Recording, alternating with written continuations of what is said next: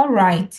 So we look at the indicators for stability with regards to prioritization. So, which client are we going to say that, all right, this client is stable and will be our lowest priority?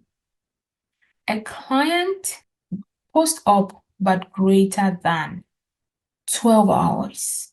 So remember we said for unstable, freshly post-op, less than 12 hours. And if you're fortunate, the case scenario will state it in the question that this is a stable client. So you've got to pay attention to it. It says a stable client is a stable client. So do not ignore that keyword. And client who has had a local anesthesia, maybe we had to remove a lump and then just a local anesthesia was given. Or client who was given a regional anesthesia, was given maybe some spinal block for a procedure. Client with a chronic illness.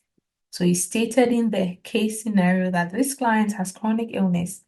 And then you may have some lab abnormalities, but it's just marginally raised. It hasn't reached a dangerous level. Let's say sodium 135 to 145, and then the client has maybe 147. So marginally raised, the client is likely to be a stable client. And look out for phrases like admitted more than 24 hours ago. And in the assessment, there has been no change in the client assessment. So we checked the respiratory rate when client was admitted. It was within normal, and respiratory rate is still within normal. No change in that assessment. The client is stable.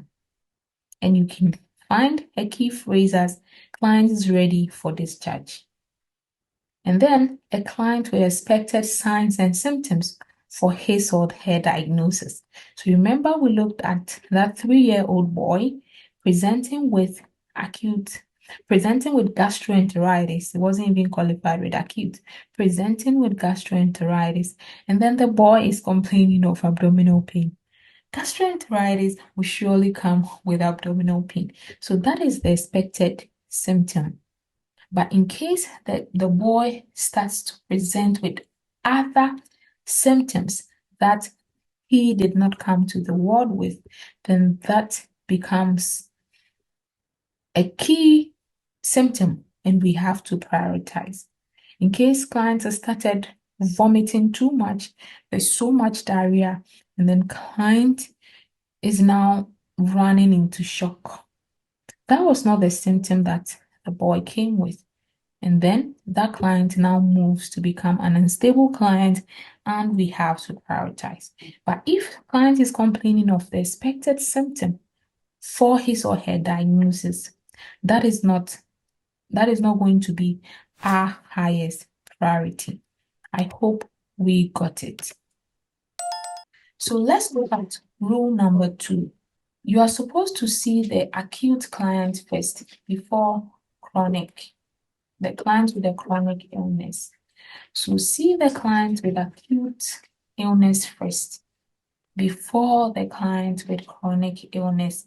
So you may see even acute in the case scenario given, and you may even see that the word chronic in the case scenario given as well.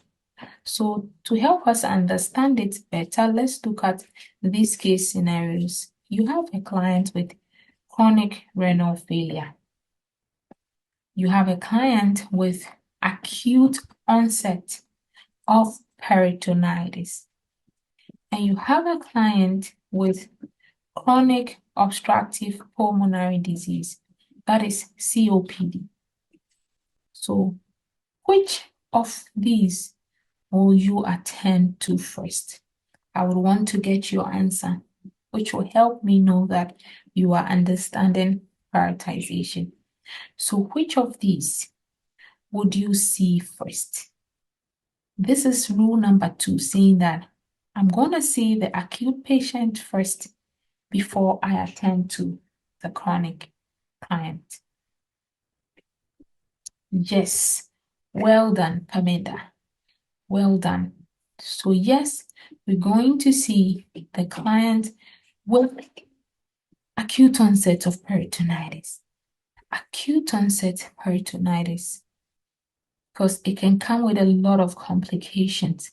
But someone will be saying, but this is chronic obstructive pulmonary disease. What if it's affecting the client's breathing? And that is why when you're doing prioritization, we have the ABCs as a guide, but that will not always be your guide, because ABC says that if a client has an airway issue, then you have to address that client first. But COPD affects the airway. But in this setting, acute onset of peritonitis has to be prioritized first, because you're following this rule that we're going to see the acute client first before the chronic. Great. So acute onset of peritonitis will be our highest priority. Rule number 3, freshly post-op client. We see the freshly post-op client first within 12 hours. So fresh post-op means within 12 hours after the surgery, before we see other clients with some other medical or surgical conditions. So let's look at these clients. You have a client with acute cholecystitis. You have a client 3 hours post left nephrectomy. You have a client with COPD, and you have a client with congestive heart failure. Using rule number 3, which of these clients are you going to prioritize? Kindly drop your answer in the chat box. Great. 3 hours post-op. Yes, you got it. I'm so excited. 3 hours post-op. Nancy, we are applying the freshly post-op rule. So freshly post-op. So the client 3 hours post-op would have a lot of complications that if we do not prioritize, we would put the client at risk. So you see, we looked at the other rule, which was saying that we see the acute client first. But here we having freshly post-op 12 hours has to be prioritized before we even see the client with acute cholecystitis. I hope we are all clear and there is no confusion. So 3 hours post-left nephrectomy will be prioritized here. Thanks so much for your contribution. So yes, the fresh post-op patient is our priority, highest priority here. Rule number 4, order of the vital organs. So you can have case scenarios given, and based on the vital organ involved, it can serve as a guide to help you prioritize.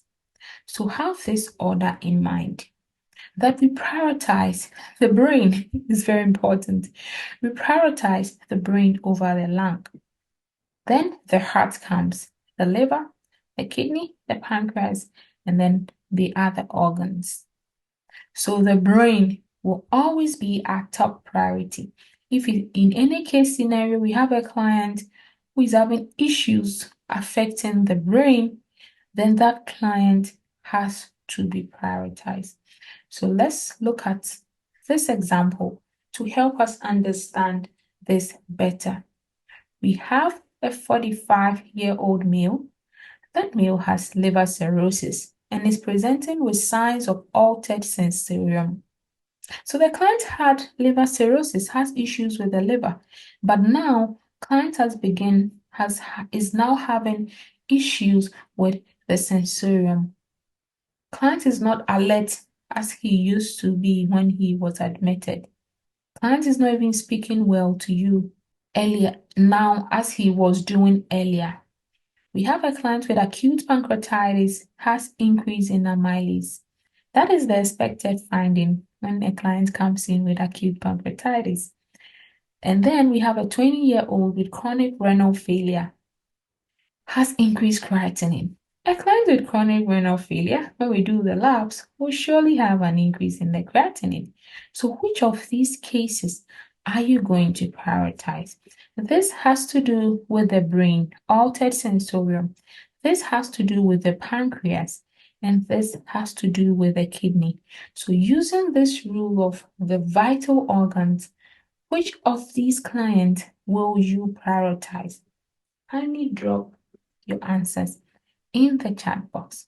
Which of these clients are you going to prioritize based on this rule of vital organs? Yes, Paminda, that is great. Thanks so much. Mercy. Brain. Yes, well done. Well done. So we're going to prioritize the 45-year-old man, had an issue with the liver, but now is having signs of altered sensorium, likely due to hepatic encephalopathy. So we'll prioritize the brain. Well done. Well done. So we say that that will be our highest priority. It doesn't mean that the other clients are not important. No. In prioritization, we want to look for who is really sick, who is going to die so soon if we do not intervene. So that is what prioritization is about. It doesn't mean that the other clients will not receive adequate care.